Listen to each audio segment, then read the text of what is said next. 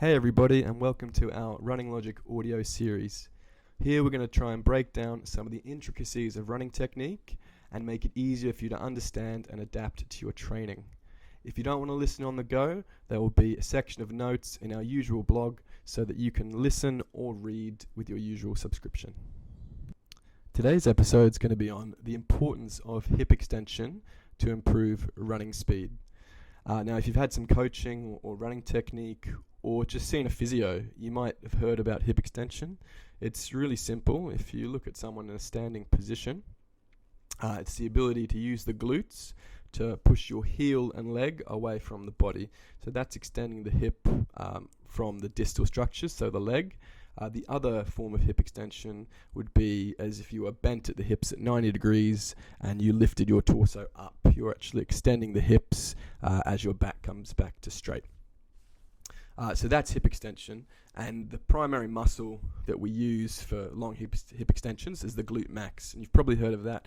It's a huge and powerful muscle group, and that's why hip extension can be so important for running speed. Often we see people, when we analyze them, not use their glutes very well and not get that hip extension. We freeze them on the side, and we want to see that leg and that heel coming back after they land. So you facilitate your landing, whether it's a heel strike or a midfoot. We want you to use that glute and that hip to drive the floor away and make it that first step of propulsion for you to have a really good run.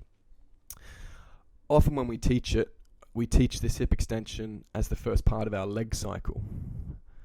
If you don't have a leg cycle with the hip extension, you might see compensatory factors, a big forward lean.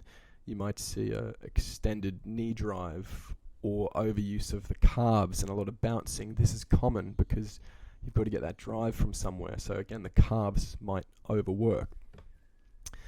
In an ideal world, our leg cycle will start with the hip extension. You use that glute and you drive, you push back, and you get maybe 10 to 20 degrees of movement from that hip.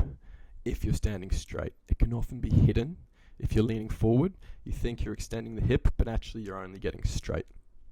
So let's be very clear. We want to start our leg cycle by extending the hip and driving from the glutes. Why that's difficult is that there are a couple of things. We see it often in cyclists or our daily population who are sitting at a desk. What that does is it brings your hips to about 90 degrees of flexion, so that's your general seated posture. So if you're at 90 degrees of flexion, what you're doing is you're shortening the muscles in the front, so your quads and your hip flexors, and you're lengthening your glutes at the back.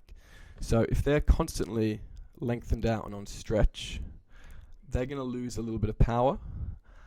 And also what will happen is even if you work them and you do a lot of gym and etc., they'll be stronger in that range. So from a seated position, pushing back to straight and standing up, which is really helpful and good for lots of other things. But for running, we want that strength to be from neutral, so from 0 degrees on the ground, pushing the floor away. That's where we want the strength, and it's difficult to get if you're on stretch all the time. If you can get this, it's going to make you a faster runner, because getting that leg cycle right and starting with that drive, it simply adds power. It adds torque. You're pushing the floor away, driving yourself with momentum into the rest of your cycle.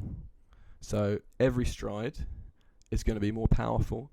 It's going to propel you a little bit further, and without worrying too much about cadence or stride length, you're simply adding a huge muscle group to that cycle. Secondly, it's going to make it a much more efficient leg cycle. If you don't have the hip extension, if the glutes aren't working, you might be driving through the quads, they might be overworked, and you get really leggy towards the end of your race.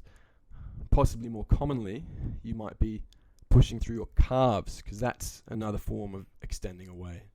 And then the calves will overwork, you'll get a bounce, so you'll get a lot of up and down movement, and of course if you're moving up and down, you're not propelling yourself forward or in a straight line, which is what we want.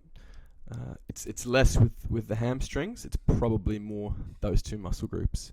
So if you can add that hip extension, add that glute work, then you're going to be a faster runner, you're going to be a more efficient runner, and you're going to be safer because it's going to protect you and the rest of your muscle groups. So I'll just finish up with a little pointer on how to improve your hip extension, just with maybe 2 drills, especially if you spend most of your time sitting during the day. So to facilitate that extension, you need to release your quads a little bit. So doing quad stretching, hip flexor stretching, and some really targeted foam rolling on that lateral portion of the quad into your TFL is really good. So you can find through your app exercises, through Running Logic, on how to release your quads. And then we want to just do a little drill to get you used to using that motion. So if you stand on tile floor or in your kitchen, make sure you have a sock on. You can stabilize yourself on one leg, or at least shift the body weight to one side, and keeping one foot on the floor with a sock, you just push the floor away. So you start with your heel, drag it back along the ground without bending the knee, and try and get to that 10 or 15 degrees, and then bring it back to neutral. And you want to do this for about 2 minutes. You can break it into a couple of sets if you wish. It's not supposed to be fatiguing. It's simply about getting that signal from your brain to your glute that we want to extend. And it'll work better if you release those hip flexors and quads first, because your hips won't be pulled forward. Once you've done that and you've got the signal going, you can start practicing it within your running.